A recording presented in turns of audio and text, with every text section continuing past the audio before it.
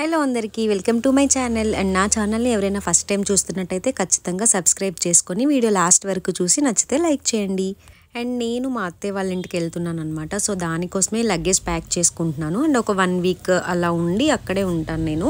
So ఎందుకు ఏంటి అనేది వీడియో లాస్ట్ వరకు చూడండి, మీకు అర్థమవుతుంది అండ్ కొంచెం ఇన్ఫర్మేటివ్గా కూడా ఉంటుంది. అండ్ ఇక్కడైతే నా లగేజ్ మొత్తం ప్యాక్ అయిపోయింది. మా హస్బెండ్ ఆఫీస్ నుంచి వచ్చేస్తే ఇంకా వెళ్ళిపోవడమే అనమాట.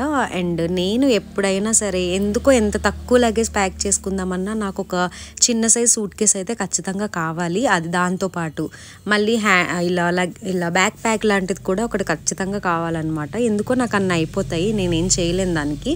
అండ్ నా బ్యాగ్స్ అన్నీ నేను రెడీగా పెట్టేసుకున్న తర్వాత జ్యూస్ చేస్తున్నాను, వాటర్ మిలన్ జ్యూస్. నాకు ఎప్పుడైనా ట్రావెల్ ఉంటే నేను ఖచ్చితంగా లిక్విడ్స్ లాంటిది మజ్జిగ చల్ల చేసుకొని తాగడం కానీ లేకపోతే ఇలా జ్యూసెస్ లెమన్ వాటర్ ఏదైనా తాగుతాను అనమాట. ఎందుకంటే అంత ఎక్కువసేపు మనం ట్రావెల్ చేయాలి కాబట్టి డీహైడ్రేషన్ అవ్వకుండా సో అలా ఉంటుంది. కాబట్టి లిక్విడ్స్ తీసుకోవడం అనేది చాలా బెనిఫిషియల్ అనమాట ట్రావెలింగ్లో. ఇంకా క్యారీ చేస్తే కూడా ఇంకా మంచిది. అండ్ నేను మా అత్తయ్య వాళ్ళ దగ్గరికి వెళ్ళి ఉండడానికి రీజన్ ఏంటి అంటే రీసెంట్గానే వాళ్ళకి ఫుల్ బాడీ చెకప్స్ అయ్యాయన్నమాట. ఫుల్ బాడీకి రెగ్యులర్ మెడికల్ చెకప్స్ ఉంటాయి కదా, సో అలా చేయించుకున్నారు. సో అందులో ఏంటి అంటే మా మావయ్యకి షుగర్ ఉంది ఆల్రెడీ, బట్ అది కొంచెం కంట్రోల్లో లేదు, ఎక్కువ ఉంది అన్నారు. అండ్ మా అత్తయ్యకేమో కొలెస్ట్రాల్ అనమాట, కొలెస్ట్రాల్ ప్రాబ్లం ఉంది, కొలెస్ట్రాల్ కొంచెం ఎక్కువ ఉంది అని చెప్పి మెడిసిన్ కూడా ఇచ్చారు. అండ్ తను కొంచెం ఒబెస్గా కూడా ఉంటారు ఆల్రెడీ అనుకున్నాం, కానీ నాకు తెలీదు అసలు కొలెస్ట్రాల్కి మెడిసిన్ యూజ్ చేస్తారు అని చెప్పి. అండ్ సో వాళ్ళు కొలెస్ట్రాల్కి మెడిసిన్ ఇచ్చారు. దాంతోపాటు ఏం చెప్పారు అని అంటే డైట్ కావాలి, లిమిటెడ్ ఫుడ్ ఉండాలి, ఫిజికల్ యాక్టివిటీ కావాలి, time to time sleep, time to time food and quantities కొంచెం తక్కువ క్వాంటిటీస్. సో మేమేమనుకున్నామంటే అవన్నీ వాళ్ళు చేస్తారు, కాకపోతే అది ఎలా చేయాలి, ఏమేమి తినాలి, ఎంత క్వాంటిటీస్లో తీసుకోవాలి, ఇవన్నీ వాళ్ళంతటా వాళ్ళు చేయాలంటే అంత చేయలేరు. సో దానికోసమే నేను వెళ్ళి కొంచెం దగ్గరుండి వాళ్ళకి ఒక లైఫ్ స్టైల్ అలవాటు చేసి గైడ్ చేసి వద్దాము అనే ఉద్దేశంతో ఇంకా మా హస్బెండ్ నేను కలిసి డిసైడ్ అయ్యాము. సో అందుకనే నేను ఇలా ఒక 1 వీక్ అలా అక్కడ ఉండి వాళ్ళకి అన్నీ ఏమేమి తినాలి తినకూడదని ఒక డైట్ చార్ట్ లాగా ప్రిపేర్ చేసి ఇచ్చి గైడ్ చేద్దాము. కొంచెం మోటివేట్ చేస్తే ఎలాంటి వాళ్ళైనా సరే ఏదైనా చేస్తారు. అయితే మేము స్టార్ట్ అయిపోయాము. బెంగళూరులో ట్రాఫిక్ గురించి తెలిసిందే కదా, చాలా టైం పట్టింది. అండ్ ఒక రిసెప్షన్ ఫంక్షన్కి వెళ్ళాలి అని చెప్పా కదా, సో ఐబ్రోస్ చేయించుకుందామని ఆన్ ది వేలోనే పార్లర్కి కూడా వెళ్ళిపోయాము. అండ్ ఇది అయిపోయాక ఇంటికి వెళ్ళి ఫ్రెష్ అయిపోయి మళ్ళీ ఇంకా దానికి స్టార్ట్ అవ్వాలన్నమాట, ఎక్కువ టైం కూడా లేదు.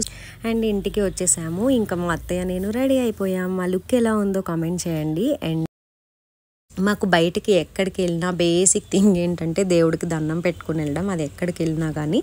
సో ఇక్కడ మొత్తం ఫ్యామిలీ అంతా కలిసి వెళ్తున్నాము, మా అత్తయ్య మావయ్య అండ్ నేను మా హస్బెండ్ అండ్ ఫ్యామిలీ 4. అసలు మేము నలుగురం కలిసి ఎప్పుడు ఏ ఫంక్షన్స్కి అటెండ్ అవ్వలేదు, అంటే ఎవరో ఒకరు మిస్ అయిపోతూ ఉంటారు. ఇప్పుడైతే ఇంకా 4 మెంబర్స్ కలిసి ఒక ఫంక్షన్కి అఫీషియల్గా ఒక ఫంక్షన్కి అటెండ్ అవ్వబోతున్నాము. అండ్ ఆన్ ది వేలోనే మేము గిఫ్ట్ కూడా కొనాలి, ఎందుకంటే మేము ఇంకా గిఫ్ట్ కూడా తీసుకోలేదన్నమాట. ఆల్రెడీ 8 అవుతుంది, ఫంక్షన్కి రమ్మని 6:30కే చెప్పారు, బట్ మేము 8 అవుతున్నా ఇంకా గిఫ్ట్ కొంటున్నాం ఇక్కడ.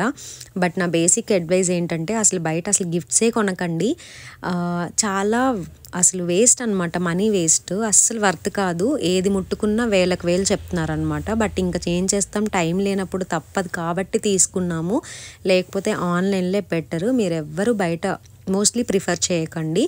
అండ్ ఈ ఏరియా చూసారు కదా, భలే ఉంటుంది. అండ్ మేమైతే ఫంక్షన్ హాల్కి అయితే వచ్చేసాము.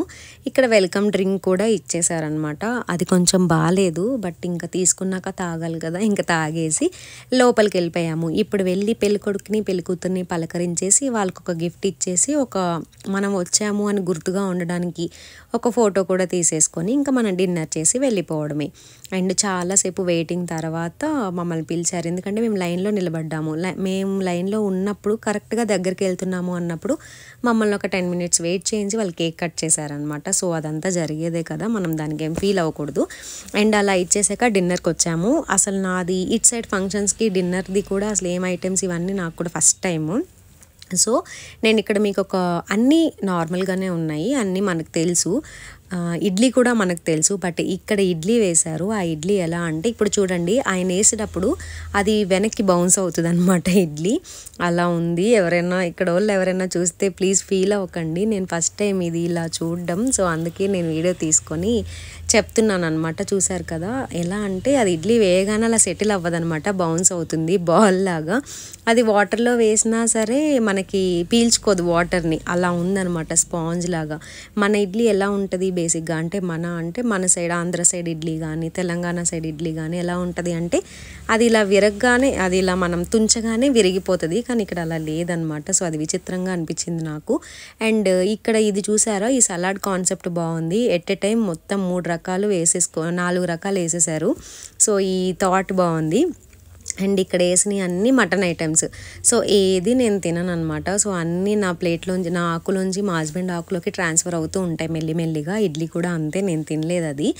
సో, అంతా బానే ఉంది గానీ ఏమంటారు నెయ్యిలో కొంచెం పులావ్ బిర్యానీ తక్కువైందనమాట. అంత నెయ్యేశారు. అది నెయ్యో, నూనెో తెలీదు కానీ అంత ఉందనమాట. సో, అందుకే నా ఫేస్ ఎక్స్‌ప్రెషన్స్ కొంచెం మారిపోయాయి. నేను ఎక్కువ అలా ఆయిలీ ఐటెమ్స్ తినననమాట.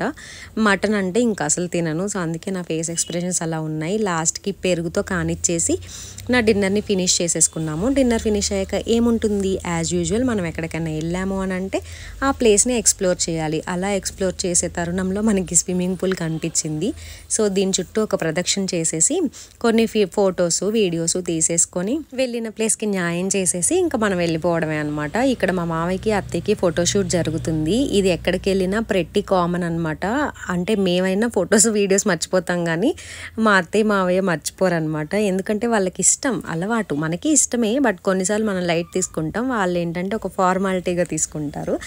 అండ్ సో, అలా మొత్తం ఫంక్షన్ అదంతా అయిపోయింది. మేము ఫుల్గా ఎంజాయ్ చేసేసి కొంచెం లేట్ అయినా కానీ ఇంటికి సేఫ్గా వచ్చేసాము. అండ్ ఈ వీడియో మీకు నచ్చింది అనుకుంటున్నాను. నచ్చితే దయచేసి లైక్ చేసి, షేర్ చేసి, ఛానల్ని సబ్స్క్రైబ్ చేసుకుని అప్కమింగ్ వ్లాగ్స్ అన్నిటిని ఎంజాయ్ చేయండి.